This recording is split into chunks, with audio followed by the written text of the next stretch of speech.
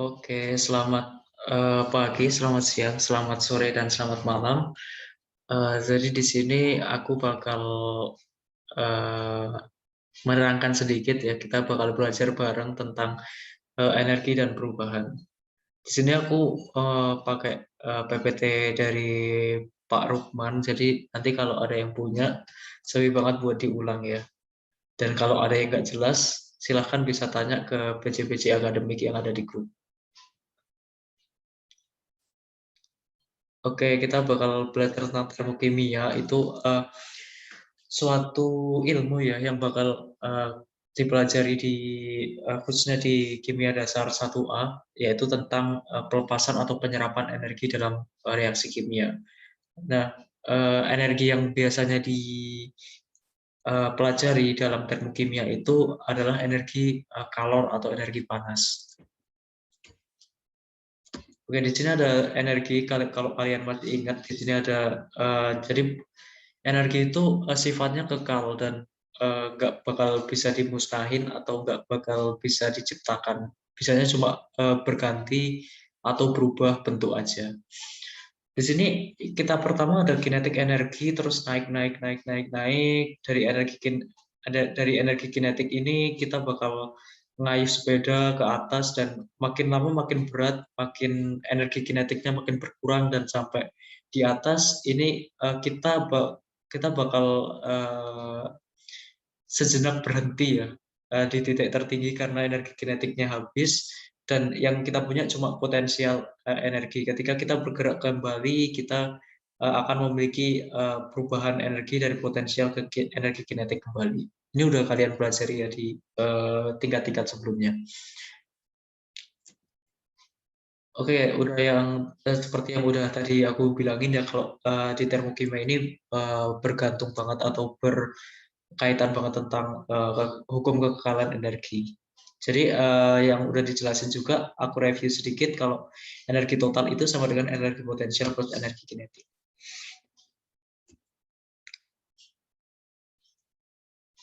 Temperatur juga berkaitan dengan energi kinetik ya nantinya. Kalau kita masih ingat di materi SBMPTN dulu yang energi kinetik gas yang di bagian bab gas ideal, kalian bakal nemu persamaan ini. 3/2 K kali T. Di mana K ini adalah tetapan Boltzmann. Jadi K ini dihasilkan dari R atau tetapan gas sejumlah 8,314 dibagi dengan tetapan Avogadro-nya. Oke, ini masih pengantar ya teman-teman.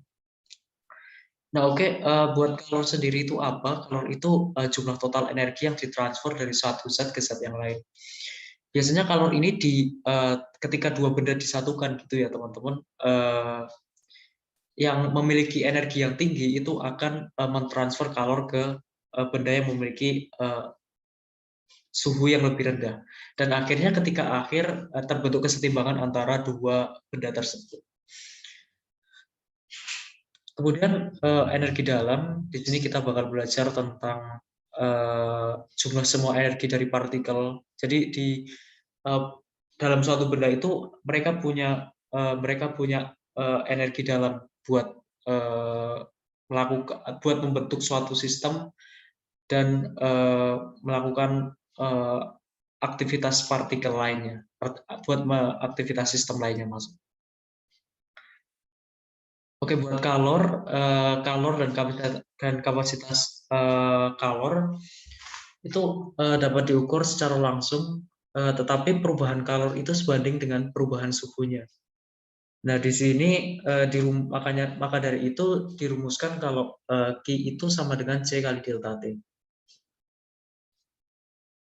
Nah, C itu apa? C itu kapasitas kalor. Jadi kapasitas kalor itu jumlah kalor yang dibutuhkan buat naikin temperatur objek sebesar 1 derajat. Jadi kalau semisal ada suatu benda terus dipanasin, nah jumlah kalor buat naikin suhu sebesar 1 derajat itu namanya kapasitas kalor. Nah, ada juga yang namanya kalor jenis, itu jumlah kalori yang dibutuhkan untuk menaikkan temperatur sebesar 1 gram, 1 gram zat itu sebesar 1 derajat Celcius. Nah, kalau dilihat dari satuannya nih, 1 gram sebesar 1 derajat Celcius. Berarti nanti satuannya itu joule. Bentar. Berarti satuan dari S itu nanti satuannya titik titik titik.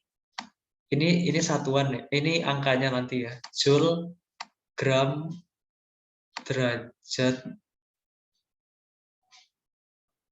Celcius. Nah, gini. Nah, kaitannya apa? Ini kan hampir mirip sama C ya satuannya, teman-teman. Uh, Joule per derajat Celcius. Nah, ini kan hampir mirip ya. Hubungannya apa? Hubungannya ini. Jadi kalor jenis itu ada merupakan kapasitas kalor dibagi dengan massa dari zat itu. Terus kalor jenis merupakan besaran intensif yang tidak bergantung pada jumlah zat. Nah, perhitungannya sendiri itu bisa menggunakan Q sama dengan MS kali delta T. Atau kalau tadi masih ingat ya, Q itu M kali S itu sama dengan C kali delta T. Nah, jadi hubungannya M kali S itu sama kayak C. Oke.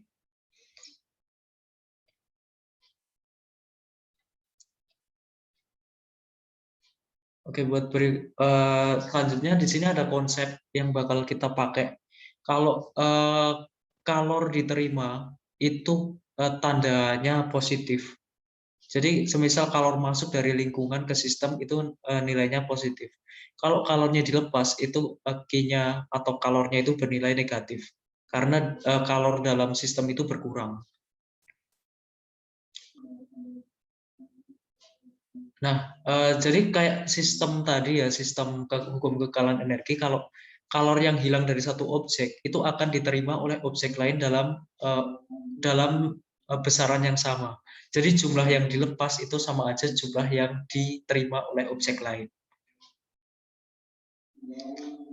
Nah, ini ada penentuan kapasitas kalor.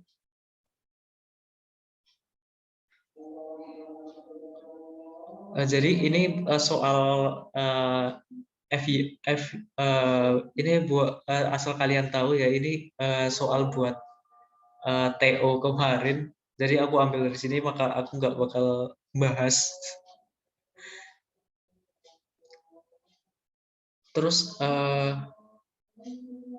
terus di sini ada reaksi kimia, di sini ada pembentukan ikatan kimia yang dalam pembentukan ikatan kimia itu atom-atom yang ada itu saling tarik menarik gitu, dan akan saling bergerak mendekat. Kayak misal kamu punya doi gitu kan, jadi karena masih PDKT dan lain-lain, terus kalian PDKT nih antara kamu sama si doi, jadi makin deket makin deket makin deket. Nah, itu sama kayak reaksi kimia ini, atom-atom yang ada itu saling tarik menarik dan bergerak saling mendekat.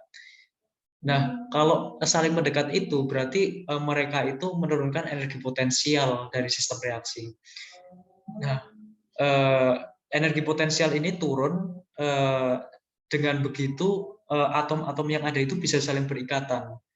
Dan ketika terbentuk ikatan kimia juga nanti akan melepaskan energi. Terus untuk pemutusan ikatan kimia itu atom-atom yang ada itu saling terikat sebelumnya itu dipaksa buat terputus gitu, buat saling menjauh antara satu sama lain. Nah, kayak semisal kalau kamu udah deket nih sama doi, mungkin udah 5 tahun gitu ya. Terus tiba-tiba ada orang ketiga, terus orang ketiga itu anggapin aja dia energi dari luar, suatu energi dari luar gitu kan. Terus masuk ke hubungan kalian dan memutus hubungan kalian untuk saling menjauh. Nah, konsekuensinya apa di sini? energi potensial dalam sistem reaksi itu akan naik. Dan ketika energi potensial itu naik, maka kecenderungan untuk saling terikat antara satu sama lain itu kemungkinannya berkurang. Nah, dalam termokimia ini itu dikenal juga dengan reaksi ada reaksi eksotem sama reaksi endotem yang udah kalian ketahui ya sebelumnya ya. Kalau reaksi eksotem itu reaksi yang menghasilkan produk dengan energi potensialnya itu lebih rendah daripada reaktan. Nah, di sini ada beberapa kriteria. Yang pertama, selisih energi potensial produk dan reaktan dilepaskan sebagai kalor. Jadi nanti dari ketika terjadi suatu ikatan gitu ya, suatu reaksi, itu bakal ada selisih antara energi potensial produk sama energi potensial reaktan. Nah, adanya selisih antara energi potensial produk dan reaktan ini akan dilepaskan sebagai kalor. Nah, udah dijelasin juga di poin berikutnya kalau kalor itu adalah produk reaksi. Sebagian kalor dikonversi juga menjadi energi kinetika. Oke. Dan di sini juga ada konsep kalau kalau kalor meninggalkan sistem itu intinya negatif karena kalornya itu berkurang di dalam suatu sistem. Kemudian ada reaksi endotem, yaitu reaksi yang menghasilkan produk dengan energi potensial lebih tinggi dibanding reaktan. Di sini yang dikonversi dari menjadi energi potensial itu energi kinetikanya. Reaksi berlangsung dengan menyerap kalor dari lingkungan ke sistem sehingga temperatur lingkungan itu makin dingin. Jadi kalau tadi eksotem itu kan produknya tadi kalor kan. Jadi ketika reaksi terjadi selisih antara potensial produk sama reaktan itu kalornya dan kalornya itu dilepaskan ke lingkungannya. Jadi lingkungan sekitarnya itu menjadi lebih panas. Nah, kemudian kalor ditambahkan ke dalam sistem itu Q-nya positif karena kalornya itu masuk kan. Jadi dalam sistem kalornya bertambah. Nah, di sini juga kalor adalah reaktan. Jadi kalor ini di sini kan ada solar energi ini sebagai reaktan. Di sini sebagai kalor dan bertindak sebagai reaktan. Di sini ada kekuatan ikatan juga. Oh iya, ngomong-ngomong kekuatan ikatan, maaf banget tadi ada kesalahan dikit dari video yang sebelumnya yang tentang reaksi redoks itu harusnya elektron valensi ya, bukan elektron kovalen karena agak ketuker aku karena satu dan lain hal karena kurang fokus. Jadi itu namanya elektron valensi ya, bukan elektron kovalen. Oke, jadi mohon maaf banget buat teman-teman ya. Nah, buat selanjutnya ada kekuatan ikatan itu berkolerasi dengan besarnya energi yang diperlukan untuk memutus ikatan. Jadi makin kuat ikatan suatu reaksi atau suatu senyawa itu makin susah juga, makin butuh banyak energi buat memutus ikatannya. Dan dinyatakan juga dengan besarnya energi yang dilepaskan ketika ikatan dibentuk. Sama juga halnya dengan ketika dibentuk ikatannya itu, kira-kira berapa sih energi yang diperlukan buat membentuk ikatan itu. Dan sudah dijelaskan lagi kalau makin besar energi yang diperlukan juga makin kuat ikatannya. Nah, ikatan yang lebih kuat itu adalah ikatan yang ketika terbentuk melepaskan energi lebih besar. Oke. Ada ketentuan juga di sini kalau reaktan ikatannya lebih lemah dan produk ikatannya lebih kuat, maka akan dihasilkan energi. Ini sama konsepnya kayak tadi ya, reaksi eksotem. Kalau ada selisih potensial antara produk dan reaktan dan adanya hal itu buat selisih antara itu dihasilkan maka sistem akan melepas energi gitu. Nah, di sini ada kalor reaksi itu apa? Itu kalor yang diserap atau dilepaskan dalam suatu reaksi kimia. Alatnya namanya kalorimeter. Jadi alat yang digunakan untuk mengukur perubahan temperatur akibat dari reaksi kimia. Jadi kalorimeter itu disusun, didesain berdasarkan kebutuhan itu buat meminimalisasi kalor terbuang ke lingkungan. Jadi namanya sistem adiabatik atau kalornya itu sama dengan nol.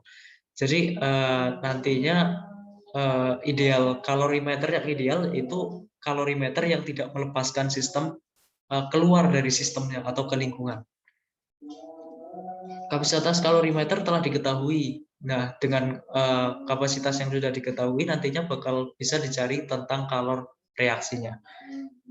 Nah, kalorimeter ini mengukur kalor reaksi dalam dua kondisi, teman-teman. Ada yang berdasarkan volume tetap, ada juga yang berdasarkan tekanan tetap. Jadi nanti bisa dilihat sendiri ada kasus-kasus tertentu yang memang kalorimeter itu pakai volume tetap dan ada juga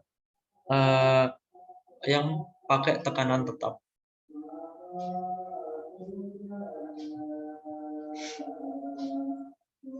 Nah, buat Kive sama Kive, oke, bentar.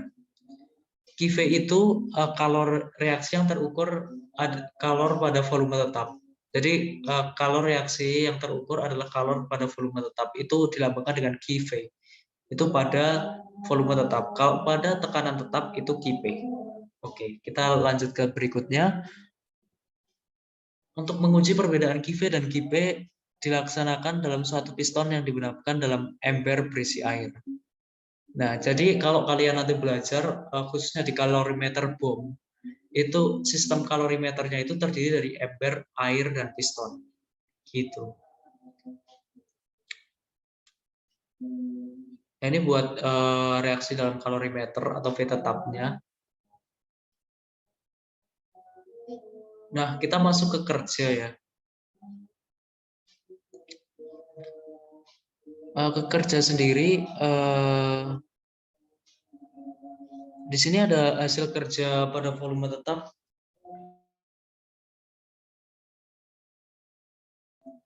Oke, maaf banget ada sedikit gangguan tadi.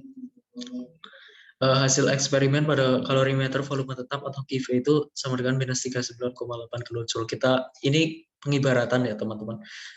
Ada juga hasil eksperimen pada kalorimeter tekanan tetapnya KIV sama dengan minus 34,2 kilojoule. Nah, kerja yang terjadi itu merupakan hasil pengurangan dari KIV dikurangi dengan KIP. Nah, kerja yang dilakukan sistem bernilai negatif menyatakan kerja menurunkan energi sistem. Jadi energi yang ada di sistem itu berkurang karena kerja yang dilakukan. Jadi dalam hal ini itu karena ini ya, bentar. Karena dalam kalorimeter tekanannya tetap, sistem campuran reaksi mengembang. Jadi kalau kalian ingat P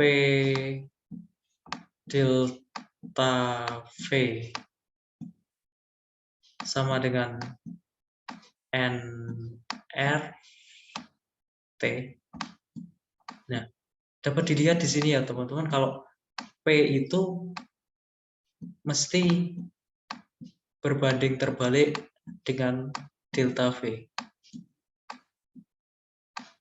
Gitu. Jadi ketika suatu kalorimeter dalam hal ini suhunya itu tetap dan tekanannya juga tetap, buat mencegah tekanannya tetap, itu volumenya itu harus mengembang. Karena kita nggak mungkin kalau semisal di dalam suatu kalorimeter kita dua-duanya tetap gitu, P sama delta V-nya itu tetap, itu nggak mungkin. Jadi mesti kalau P-nya itu tetap, maka delta V-nya itu mesti berubah. Jadi QV dan QP itu tidak bisa dalam satu waktu ada. Terus kerja yang dilakukan juga bernilai negatif. Itu udah.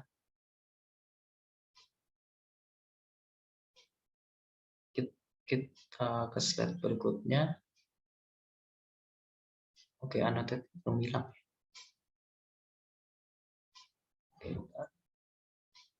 Nah, oke, teman-teman. Jadi di sini karena P adalah tekanan eksternal,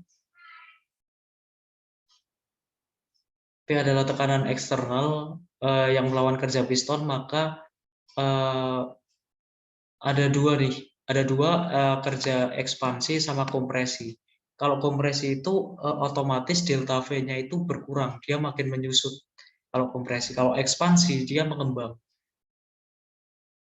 Nah, di sini delta V itu V akhir sama dengan V awal. Jadi kalau delta V-nya lebih dari 0, maka yang melakukan delta V sama dengan 0 itu gasnya itu mengembang. Jadi dia melakukan kerja kan, otomatis gasnya itu melakukan kerja terhadap pistonnya. Kalau delta V-nya mengembang, lebih dari 0 itu mengembang, berarti delta V sama dengan 0 itu berarti V akhirnya lebih besar kan daripada V awal. Jadi gasnya itu menekan piston buat mengembang. Nah, otomatis ketika gitu berarti dalam hal ini itu gasnya melakukan kerja terhadap pistonnya. Jadi yang melakukan kerja itu sistemnya. Nah, jadi kalau kamu ya, kalau kamu main gitu kan, kalau kamu pergi jauh ke mana gitu, kamu melakukan pakai jalan kaki misalnya, kamu dari satu tempat harus jalan 5 kilo dan itu melakukan kerja. Nah, otomatis kan capek kan pasti kan setelah jalan 5 kilo itu. Nah, dari ketika itu juga sama dengan kayak sistem ini. Kalau sistem melakukan kerja, itu sistemnya bakal capek. Nah, gitu istilahnya ya. Sistemnya bakal capek dan sistemnya bakal bekerjanya itu bakal bernilai negatif karena sistem melakukan kerja. Nah, beda kalau kita kompresi gitu. Kompresi itu ketika ketika volume akhir itu lebih kecil dari volume awal, berarti dia ditekan gitu, pistonnya ditekan, sehingga W kompresi itu lebih besar dari 0. Nah, ini juga sama kayak kamu tadi kan, jalan kaki misalnya. Kalau tadi jalan kaki 5 kilo, sekarang kamu pakai mobil, dan mobil itu bekerja terhadap kamu, buat ngangkut kamu ke tempat itu. Nah, otomatis kamu nggak mudah cepet capek kan, nggak capek gitu. Mungkin capek duduk, tapi nggak secapek kalau kamu jalan kaki. Nah, berarti sistem menerima kerja. Itu ya istilahnya, tapi ini sebenarnya kurang benar, tapi bisa buat setidaknya bisa buat perbandingan. Oke, jadi kalau sistem menerima kerja dari lingkungan, dia mengalami kompresi, itu berarti W-nya bernilai lebih bernilai positif. Oke, kita ke slide berikutnya. Nah, ini juga ada beberapa soal, oke kita kerjain mungkin ya. Ketika kerja dalam satuan Joule berhubungan dengan ekspansi gas dari 152 ke 189. Kata kuncinya apa? Kata kuncinya ekspansi gas. Kalau ekspansi berarti sistemnya melakukan kerja terhadap pistonnya. Jadi W itu bernilai negatif. Minus P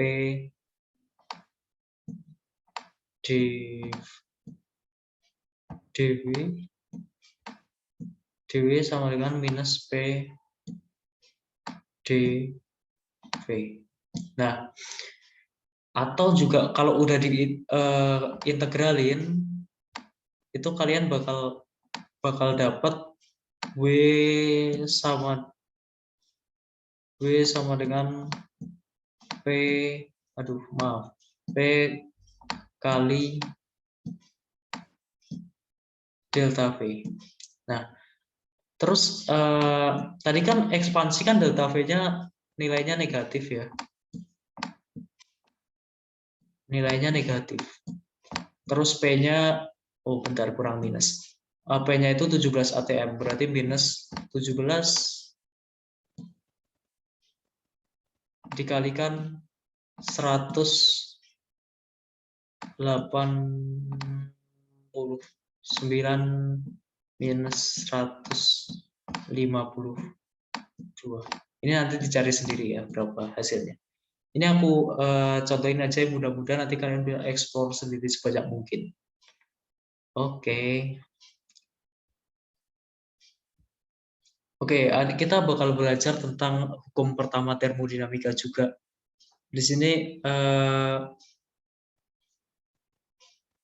kita belajar tentang energi dapat ditransfer sebagai kalor atau kerja, tetapi tidak bisa hilang atau bertambah. Nah, ini juga sama kayak hukum kekalan energi yang udah kalian pelajari di tingkat-tingkat sebelumnya.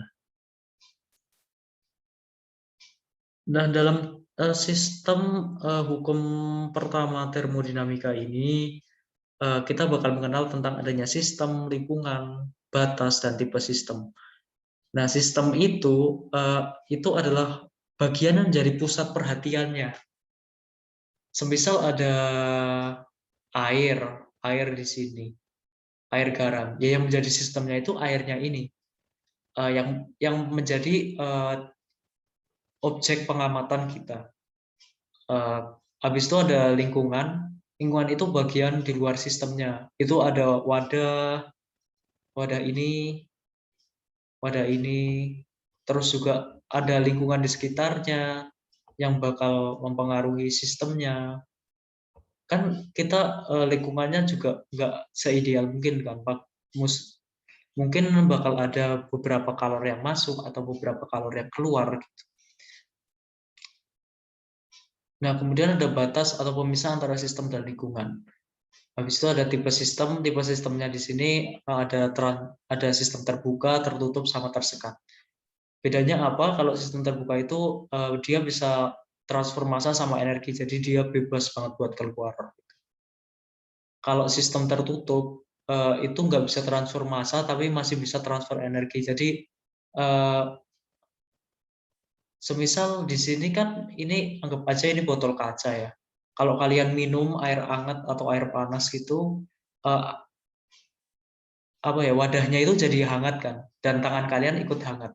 Tapi air di dalam, misal tadi salah ya, maaf perumpamannya.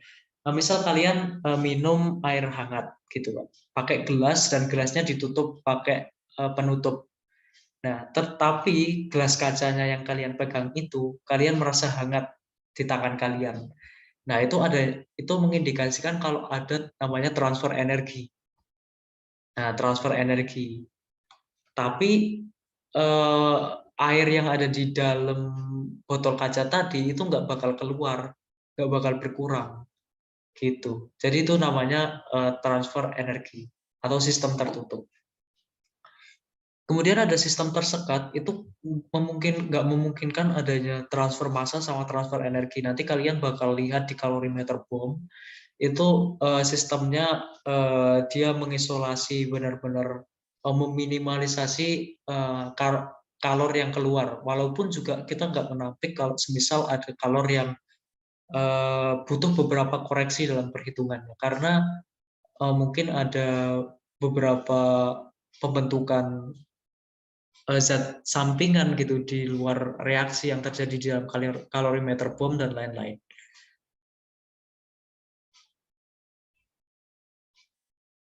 Oke, kita lanjut. Nah, keadaan objek atau sistem. Di sini kita mengenal adanya fungsi keadaan. Nah, tidak bergantung pada metode, lintasan, atau mekanisme bagaimana keadaan saat ini dicapai. Termasuk keadaannya itu ada tekanan, temperatur, sama volume. Jadi tekanan itu akan nggak bakal tergantung sama lintasan atau mekanisme gimana cara dia memberikan tekanan atau metode pemberian tekanan itu gimana. Termasuk juga temperatur, dia nggak masalah kalau semisal kalian pakai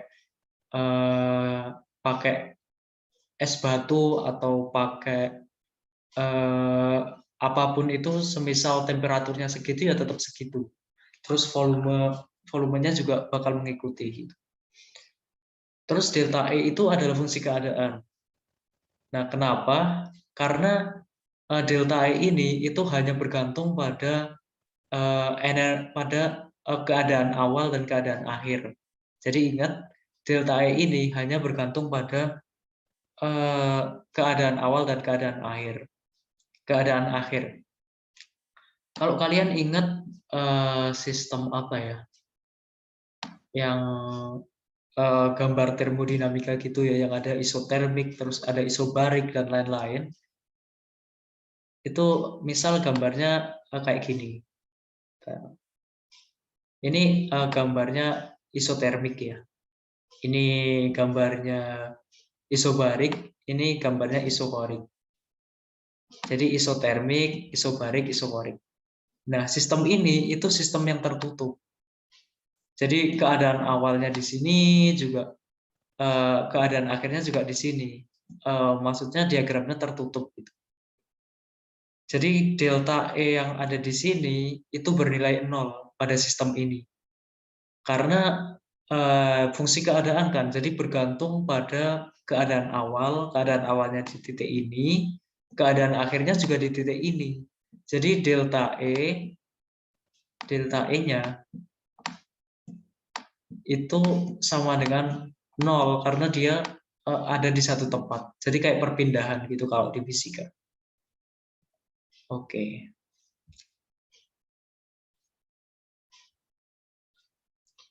Nah, ini ada kalorimeter bom. Kalorimeter bom yang udah aku bilangin tadi, kalau dia benar-benar sistemnya isolasi, sistem terisolasi,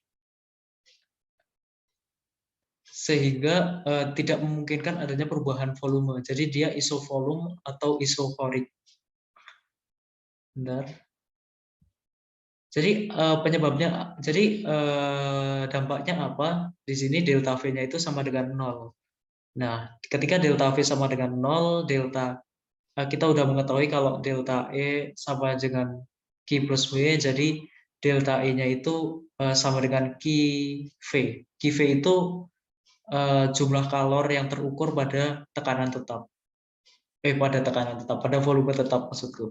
Oke, udah nggak connect ini. Pada volume tetap, teman-teman. Oke, kita ke slide berikutnya. Nah, di sini kita coba ada satu soal di sini, kita coba kerjain. Bila 1 gram minyak zaitun dibakar sempurna oleh oksigen murni dalam kalorimeter bom, maka temperatur selimut air naik dari 22 derajat Celcius ke 26,049.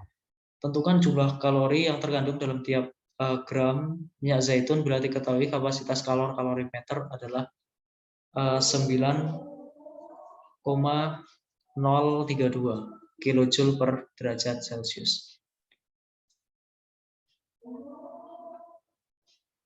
Oke, di sini kan zatnya minyak ya, minyak zaitun. Jadi yang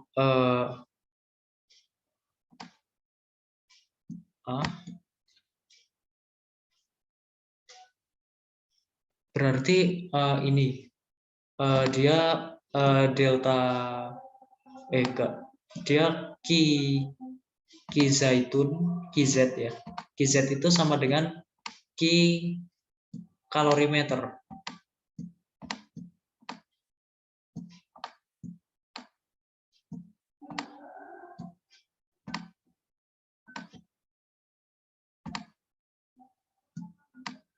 Ki kalorimeternya.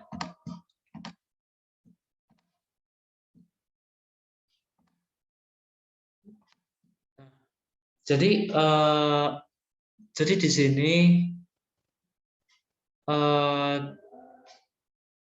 Kz yang ada itu bergantung pada Ki kalorimeternya. Oke, bentar. Iya, benar. Jadi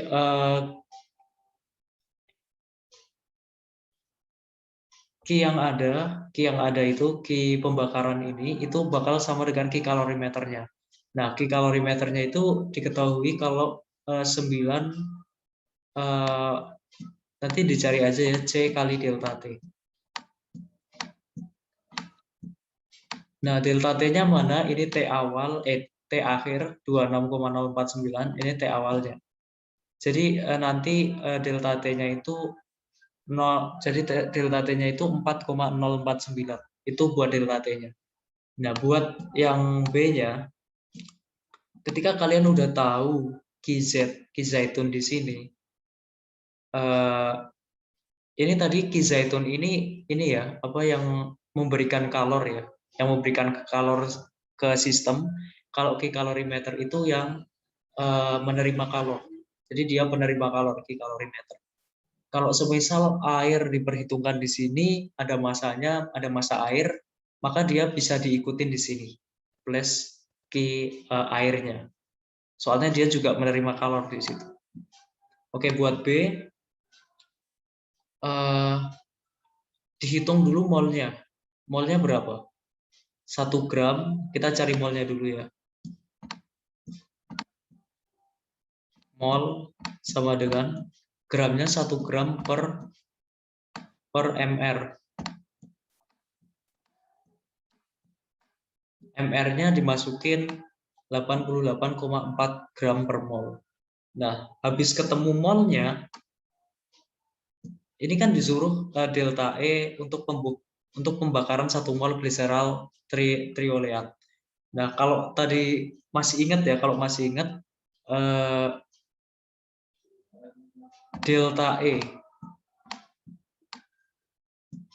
dalam kalorimeter bom itu sama dengan Q-nya, kalornya.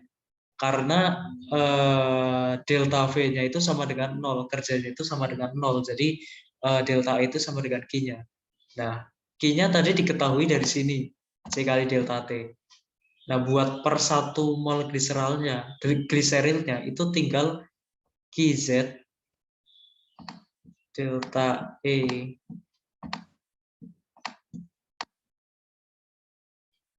nya, delta E-nya itu QZ per mol.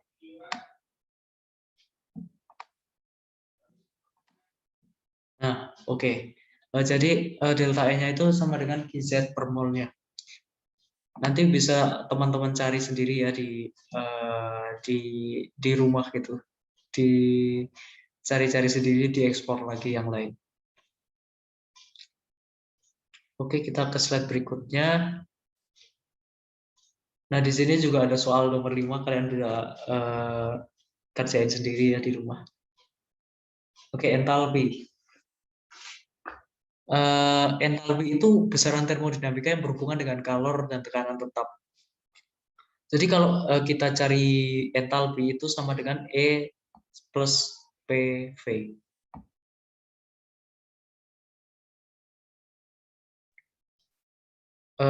Delta H itu sama dengan delta E plus P kali delta V, dan delta E tadi itu berhubungan dengan kalor plus kerjanya.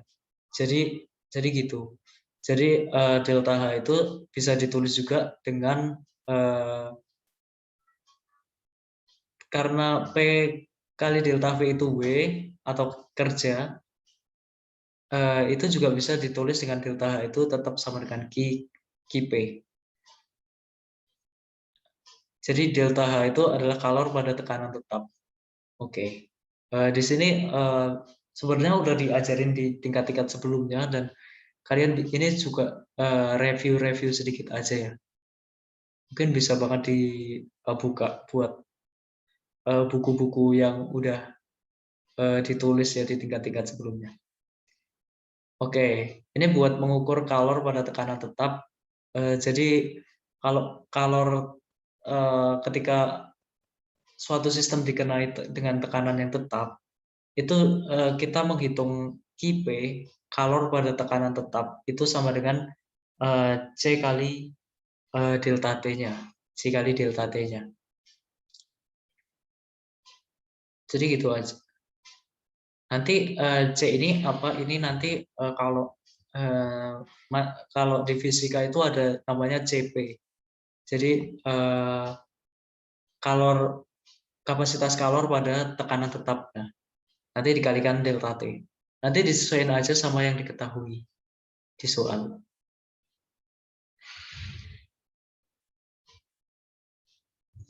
Nah, di sini juga ada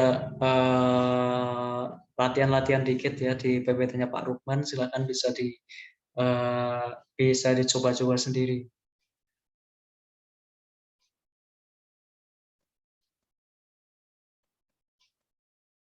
Oke, untuk selanjutnya kita bakal belajar tentang perubahan entalpi dalam reaksi kimia.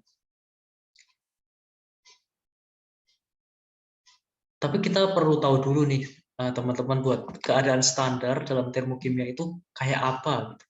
Yang pertama, tekanan itu harus 1 atm. Terus temperaturnya 25 derajat, atau bisa juga kalau dalam Kelvin ditulis 298 Kelvin. 298 Kelvin. Jumlah zatnya itu 1 mol, terus jumlah zat mol dalam persamaan kimia. Menggunakan acuan koefisien reaksi yang ada biasanya ya. Ini juga buat delta H, buat perubahan entalpi reaksi pada 1 atm 25 derajat Celcius. Lambangnya buat keadaan standar itu ada ini, ada kayak bulat-bulatnya di pojok samping kanan dari lambangnya. Oke, bisa ke slide berikutnya. Ya belum dihilangin ya annotate-nya. Bentar.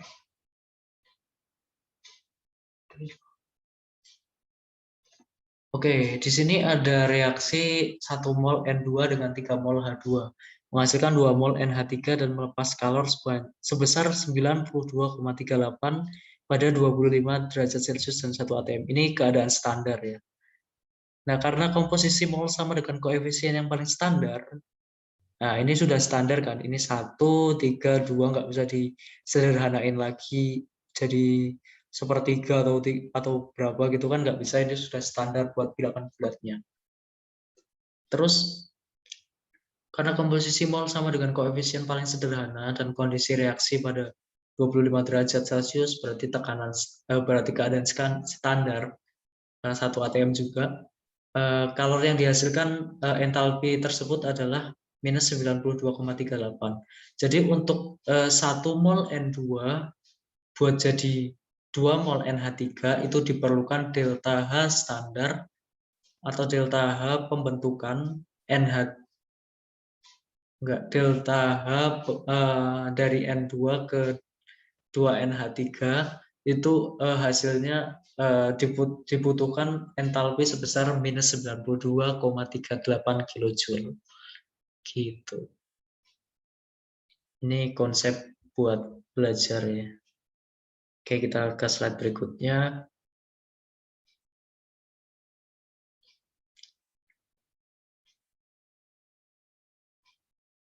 Nah, perlu ditekankan buat teman-teman ya, kalau semisal menuliskan persamaan termokimia itu harus dengan fasanya, karena kalau beda fasa juga beda entalpi yang digunain. Jadi perlu hati-hati banget buat teman-teman kalau semisal cari-cari buat entalpi suatu zat itu harus diteliti apakah itu gas atau liquid atau solid. Gitu.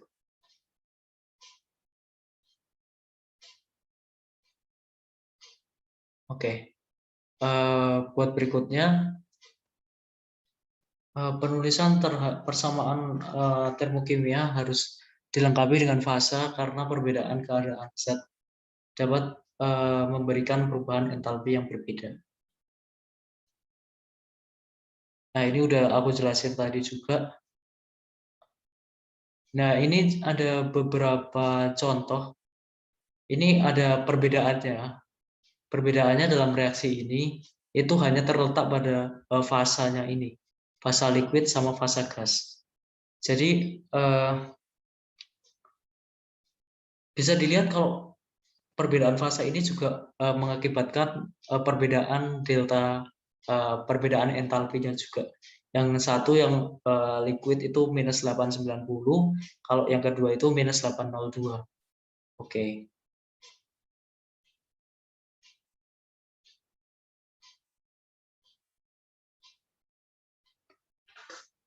Oke, membalik persamaan termokimianya. Jadi kalau semisal suatu persamaan ini, jadi kan delta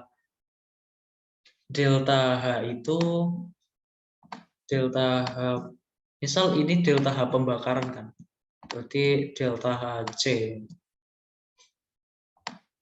delta Hc itu sama dengan delta Hf. Oke, kalau enggak ini aja deh biar cepet ya.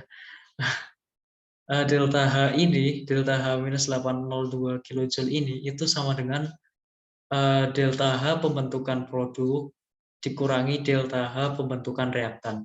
Jadi kalau semisal reaksinya dibalik, yang CO2 ke sini, yang produk ke sini, yang reaktan ke sini, nah itu tentu aja bakal mengubah tanda yang ada di depannya ini. Yang tadinya negatif jadi positif. Oke, bentar. Jadi ini pasti udah belajar ya di SMA dulu, udah dijelasin kalau semisal reaksinya dibalik juga delta H-nya juga dibalik.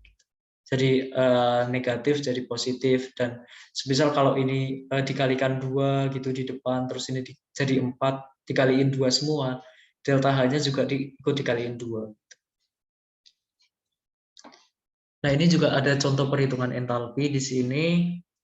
Kalau semisal ada 44 gram CO2 dengan MR 44,01 bereaksi dengan H2O. Di sini ada reaksi kimia kalau 6 pelarutan 6 CO2 dengan 6 H2O itu menghasilkan karbohidrat dan 6 O2. Di sini delta H-nya 2816 kJ. Nah, perlu teliti ya di sini. Ini 2816 ini itu masih 6 CO2. Dia belum standarnya. Dia belum di sini harus satu koefisiennya. Harus satu. Nah, jadi buat jadiin satu, kalau semisal kalian bingung pakai cara ini, itu kalian bisa bagi dulu 2816 dengan 6. Jadi nanti bisa diketahui dalam 1 mol CO2. Dalam pelarutan 1 mol CO2. Nah, terus di sini kalian cari dulu mol buat CO2-nya, terus dihasilkan. Kalau mau pakai cara ini juga boleh banget, karena ini cara yang paling disaranin. Kalau semisal bingung, kalian bisa cari satu-satu dulu. Jadi dihasilkan 470 kilojoule. Nah, 470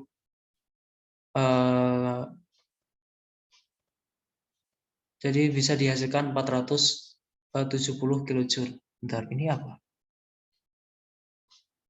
100.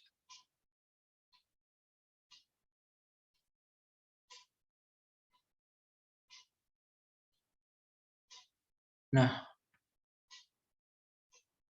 oke, jadi gitu ya teman-teman, buat jadi di sini buat 44 gram CO2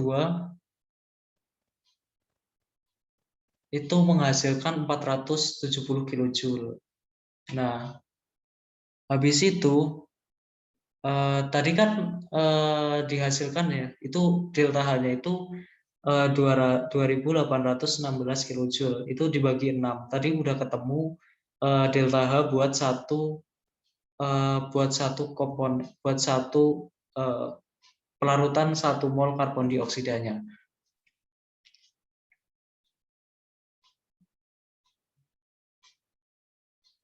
Oke, ini ada soal tambahan apa ini? Bila kalori yang tersedia 100 kJ, berapa gram CO2 yang dapat dikonversi menjadi glukosa? Oke, ini beda soal dari yang ini, jadi kalian nggak usah bingung-bingung buat ini. Jadi 100 kJ yang ini, bentar, yang ini itu kalian hitung dibagi dengan delta H yang dihasilkan untuk 1 mol pelarutannya. Jadi 100 kilojoule ini juga boleh dikali 6 mol CO2 per 2816 kilojoule. Gitu. Jadi kan gini, kalau misal bingung ya, di sini kan 100 kilojoule dibagi 2816 dibagi 6 mol. Nah, kalau dibagi gini kan jadinya dikali kan. Nah, itu bisa dikali dulu. Ini buat delta H-nya ya. Delta H-nya itu berarti 100 jadinya 100 dikali 6 per 2816.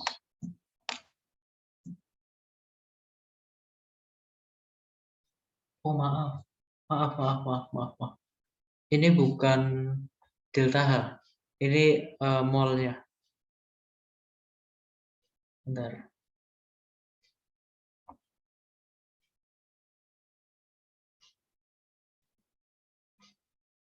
Bentar, nggak bisa.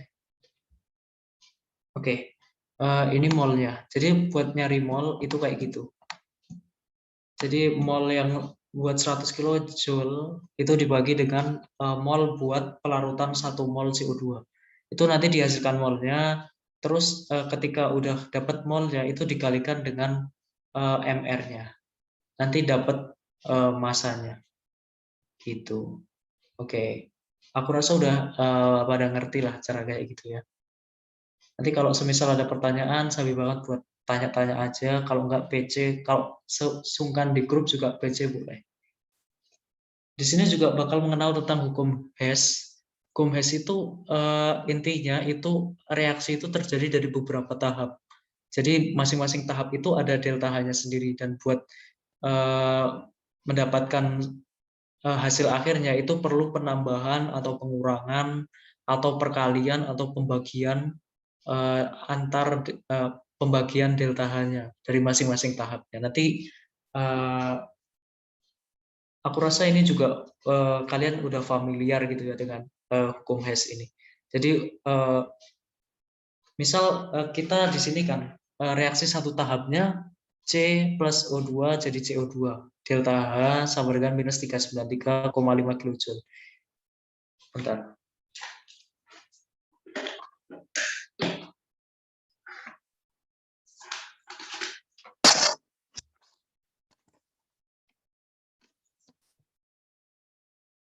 Oke. Nah, minus 393,5 kilojoule ini itu dalam 1 mol, dalam satu mol C. Nah, ketika hukum Hess ini kan menyatakan setiap reaksi ditulis dalam beberapa tahap. Dia ada tahap 1, ada tahap 2. Tahap satunya itu pembentukan CO dulu, pembentukan karbon monoksida dulu. Dari C plus setengah O2 menghasilkan minus 1105 kilojoule. Itu masih tahap pertama. Nah, terus tahap keduanya CO ini itu direaksikan lagi dengan O2, bereaksi lagi dengan O2, jadinya CO2. Nah, delta H-nya itu minus 283.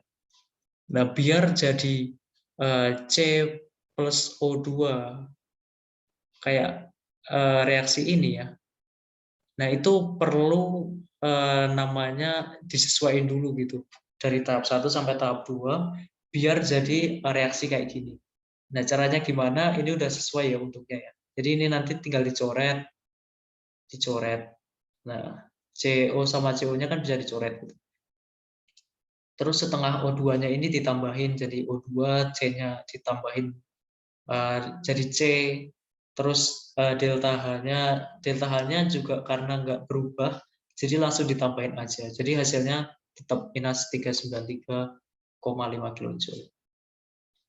Nah, seperti yang udah aku katakan tadi kalau delta E terus delta H, tekanan, volume, itu namanya fungsi keadaan. Jadi dia nggak bakal berpengaruh terhadap tahapnya mau gimana dulu, mau metode pakai apa aja. Yang penting dia menghitung keadaan awal sama keadaan akhirnya aja, gitu.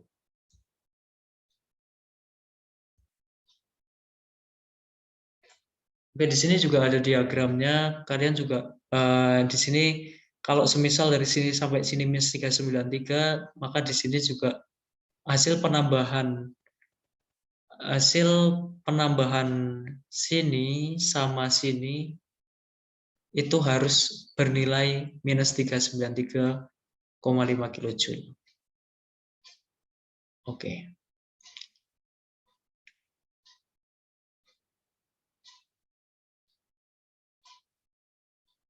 Nah, aturan manipulasi juga ketika persamaan termokimia dibalik, tandanya juga harus dibalik. Kalau tadinya positif jadi negatif, kalau tadinya negatif jadi positif. Bila semua koefisien dikali atau dibagi, jadi tadi misal CO2 plus, bentar. Misal nih C plus O2 jadi CO2 delta-nya sekian, minus 393,5 kilojoule. Kalau semisal di sini mau dikali 2, di sini juga harus dikali 2, di sini juga harus dikali 2, entalpinya juga harus dikali 2, perubahan entalpinya. Nah, gitu.